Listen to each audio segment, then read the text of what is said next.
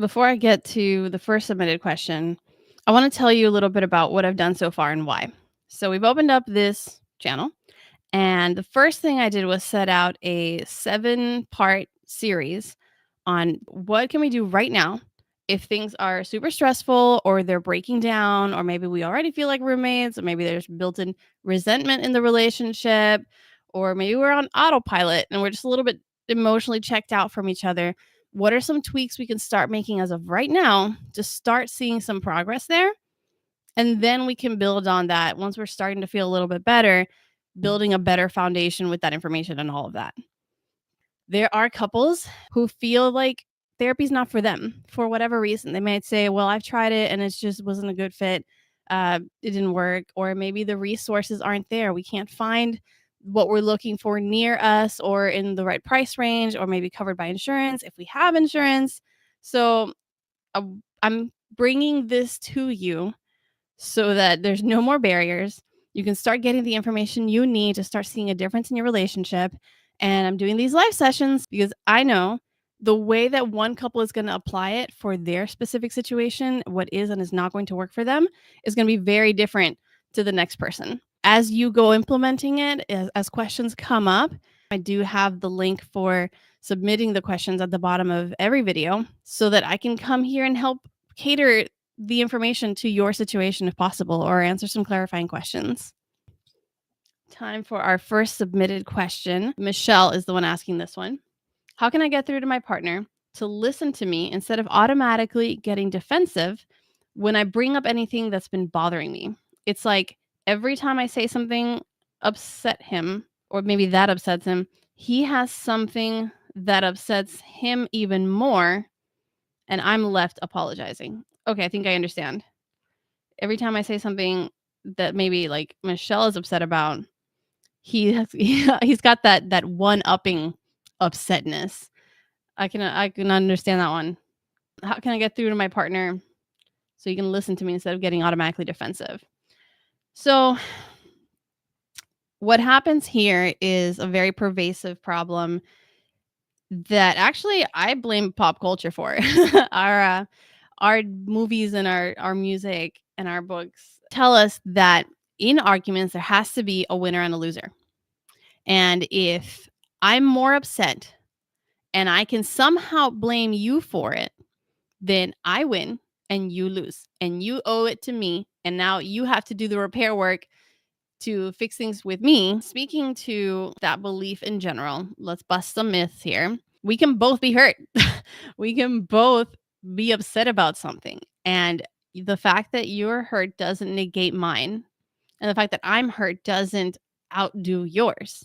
So if we're having an argument where I bring up something that maybe was a disagreement, and I didn't realize that in that disagreement, we ended up triggering each other's buttons and insecurities and things. When I bring up the argument or what I'm hurt about, I'm obviously going to come to the conversation from my point of view, from my lens. And I'm only seeing how I'm feeling because I have no way of reading your mind and knowing how you're feeling, right? Being able to hear each other out, pause on the reactions, and just listen is another one of those skills that takes genuine practice. It's tricky. I was actually just talking to a couple a few weeks ago whose homework it was to practice that, because I did a video over this last 7-part series where I mentioned the skill of being able to listen to someone and just hear things from their point of view without reacting. It's easier said than done, but it's not impossible. If we can get mad, have a conversation with someone, slam the car door, walk into the office, whoop, and immediately go, "Good morning, Jill. Hi, John. Yeah, hi, everybody," and not be speaking from that place of anger that we were just in 2 seconds ago in the car, then we can obviously choose our tone and how we speak to someone, even when we're heated, even when we're upset. Or we can take a minute to calm down and then come back to the conversation. But practicing listening to the other person, hearing them out, empathizing with how they might be feeling about the situation, while still reminding ourselves that this is their truth, this is how they feel, and it doesn't mean that my truth is not true. It just means that this is how they are feeling. That's a really big skill.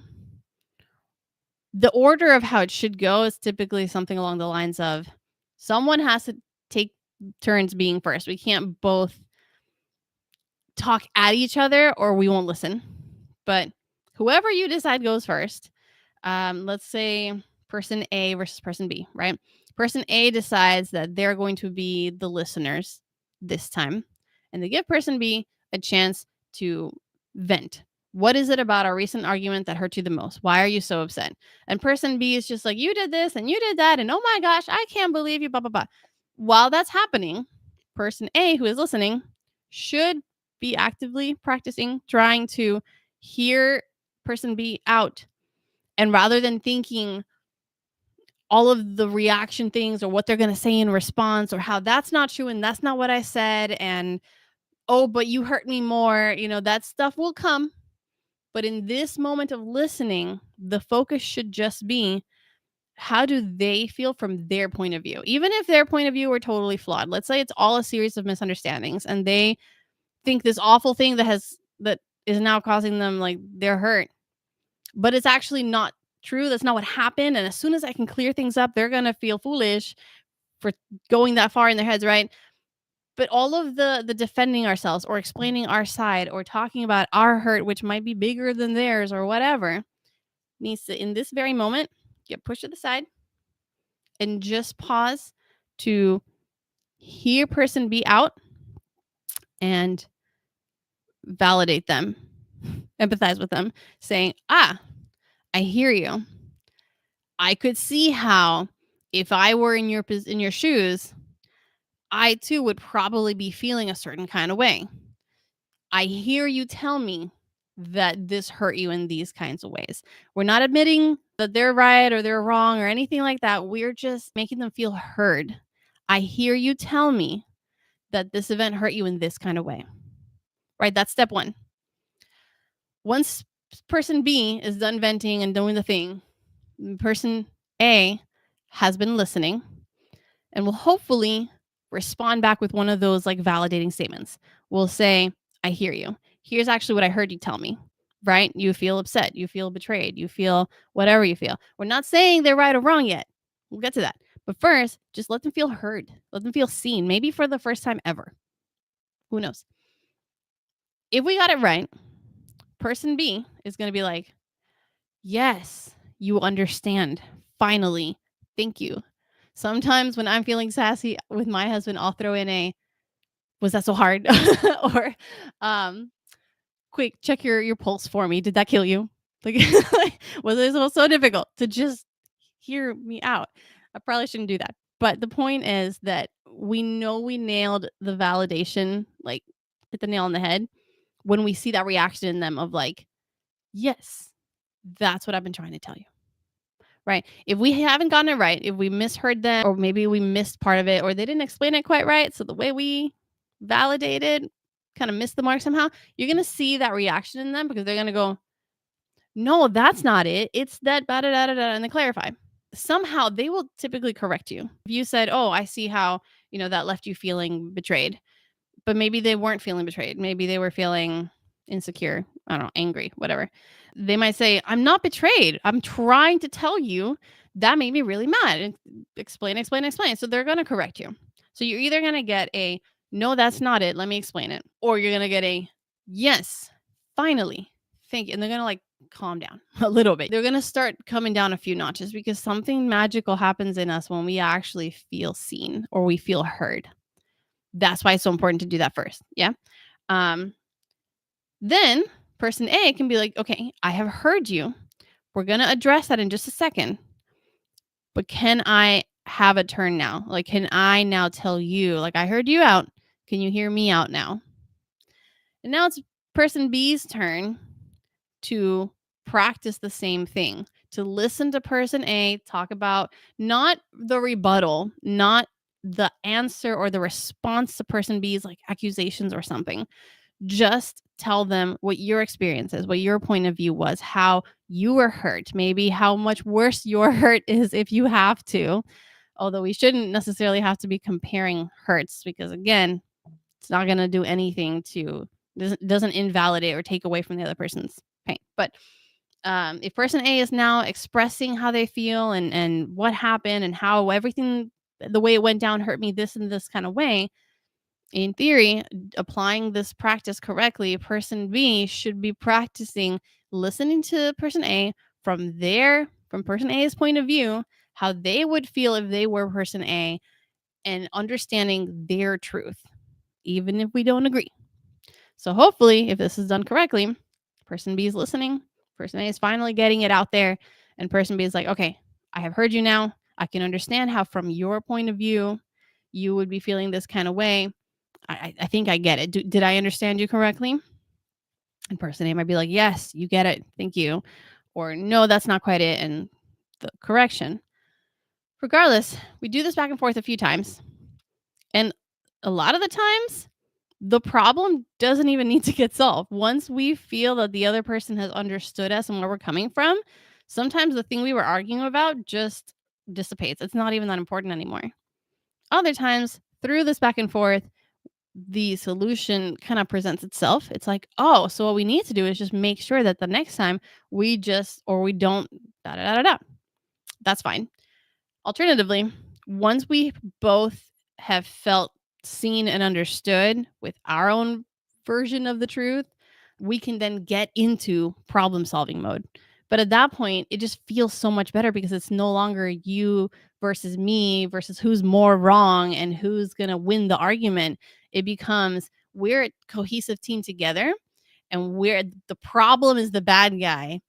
How do we tackle this together? It feels a lot less combative. It's just better overall. So that's a technique for how to resolve that kind of thing, to eliminate the tit for tat, keeping score, whose hurt is worse. Because at the end of the day, if both of our hurts are valid, then there is no scoreboard. Now, how do you get your partner to utilize that tool? If they want things to work long term with you, then we need to start learning how to have those kind of conversations with each other. And if they're absolutely refusing after you've talked about it, after maybe you tried practicing this kind of tool, and they're like, no, at the end of the day, I'm right. So I don't have to, I'm more hurt, and they keep trying to keep score, then we're starting to verge into we can't necessarily change the partner. All we can do is what we do about it. We can either try to model this behavior for them so they can start seeing what it feels like when we are treated that way and hopefully start learning by example. Or we can drag our butts to some kind of counseling or therapy or pastoral work or whatever we need to do to work through this together. Or we can say, you know what, this isn't working and call it quits. I'm not the biggest proponent of just ending things because it got hard. But I'm also not a fan of staying in a relationship that maybe should have ended a long time ago.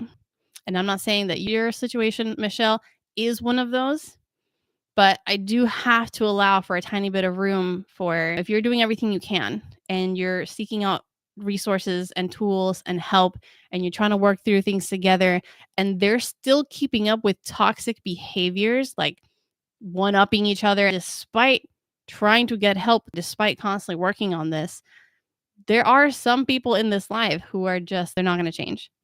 I'm not saying that is your situation, but if you try and at the end of the day they just refuse to and they keep doing the toxic behavior, then at that point you need to have a conversation with yourself and ask yourself, how much of this kind of behavior am I willing to accept in my life before I finally draw the line?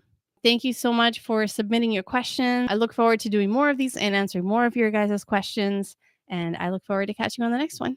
Talk to you then.